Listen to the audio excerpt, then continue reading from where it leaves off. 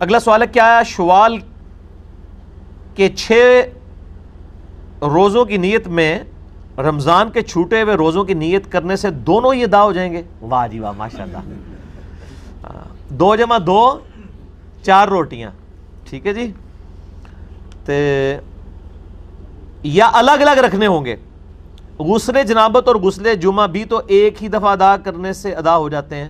اچھا جواب ہے، یعنی جو آپ نے وہ دلیل پیش کی ہے اس کی بنیاد پہ یعنی یہ کہنا، اور مجھے پتہ ہے فقہ حنفی کا یہ مسئلہ ہے کہ اگر کسی نے شوال کے 6 روزے رکھنے ہیں اس میں وہ رمضان کے چھوٹے ہوئے روزوں کی نیت کر لے تو وہ دونوں کا ثواب مل جائے گا، لیکن یہ لاجیکلی غلط ہے کیونکہ روزہ ایک ایفرٹ کا نام ہے. اس کا مقصد ایک پاکیزگی کے لیے آپ نے ایفرٹ پٹ کرنی ہے، اور وہ ایفرٹ آپ نفلی عبادت کے لیے الگ سے کریں گے، فرض کے لیے الگ سے کریں گے.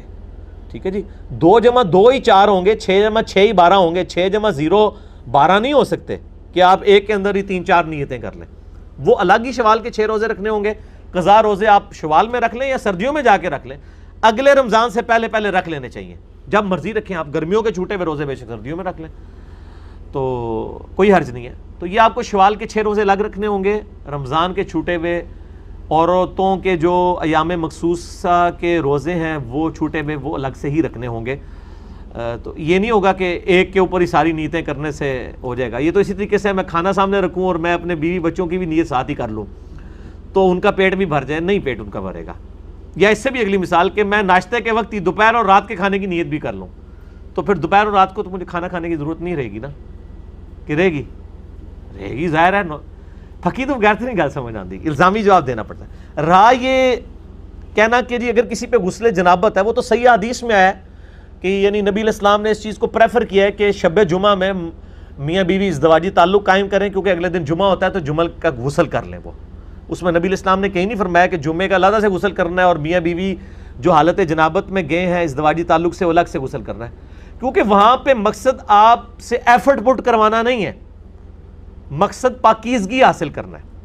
آپ وضو میں بھی دیکھ لیں نبی علیہ السلام نے ایک دفعہ بھی اعضائے وضو دھوئے ہیں، 2 دفعہ بھی دھوئے ہیں اور 3 دفعہ بھی. بخاری مسلم میں حدیثیں موجود ہیں کیونکہ وہاں مقصد پاکیزگی حاصل کرنا ہے. وہ ایک دفعہ سے بھی ہو جاتی ہے، 2 دفعہ کر لیں، 3 دفعہ کر لیں، زیادہ ثواب ہے.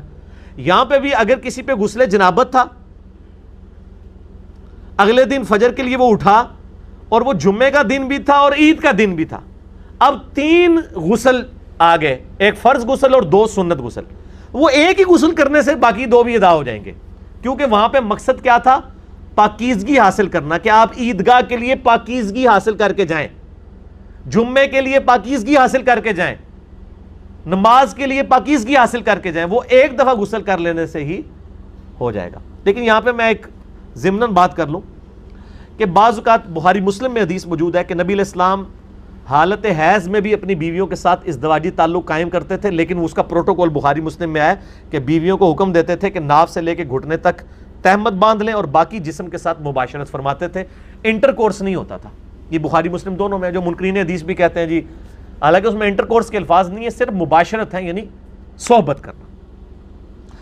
اس میں جب یعنی غسل فرض ہوگا مرد کے اوپر، وہ غسل اتارے گا، اور بسا اوقات عورت بھی اگر ایسی ایکسٹریم پہ چلی گئی ہے اور وہ حالت حیض ہے تو اب وہ حیض کے ختم ہونے کا انتظار نہیں کرے گی، وہ غسل جنابت اس کو وہ کرنا ہوگا کیونکہ وہ جنابت کی وجہ سے غسل آیا ہے. اور آپ اتنا ڈیلے تو نہیں کر سکتے نا، اتنی دیر تو آپ اس کو ڈیلے نہ کریں، بہت زیادہ ڈیلے نہ کریں.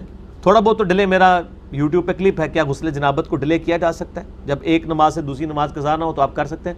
لیکن بہت زیادہ ڈیلے کرنا، پھر ان مخصوص ایام کے اندر جب آپ جنابت کی حالت میں بھی ہوں تو وہ شیاطین کا حملہ یعنی ہونے کے زیادہ چانسز ہوتے ہیں، تو اس لیے اس سے بچنا چاہیے. باقی شیاطین کے حملوں سے، تعویذات، دھاگوں سے بچنے کے لیے یہ تھی 5 سنت وظائف، جادو ٹونا، وبائی امراض، قدرتی حادثات سے، تعویذات سے، کالے جادو سے بچنے کے لیے آیت الکرسی کا وظیفہ نمبر 1 صبح و شام 1 دفعہ، آخری 3 صورتیں صبح و شام 3 دفعہ، المعوذات. اس کے بعد لا الہ الا اللہ وحدہ لا شریک لہ والی دعا 10 دفعہ صبح و شام. اس کے بعد بسم اللہ الذی لا یضر والی دعا صبح و شام 3 دفعہ، اور اعوذ بکلمات اللہ التامات من شر ما خلق والی دعا 3 دفعہ صبح و شام. یہ اورنج کارڈ، ابھی ہمارا ایک بلو کارڈ ہے، ایک گرین کارڈ ہے، اب ہم نے ایک اورنج کارڈ بھی نکالا ہے.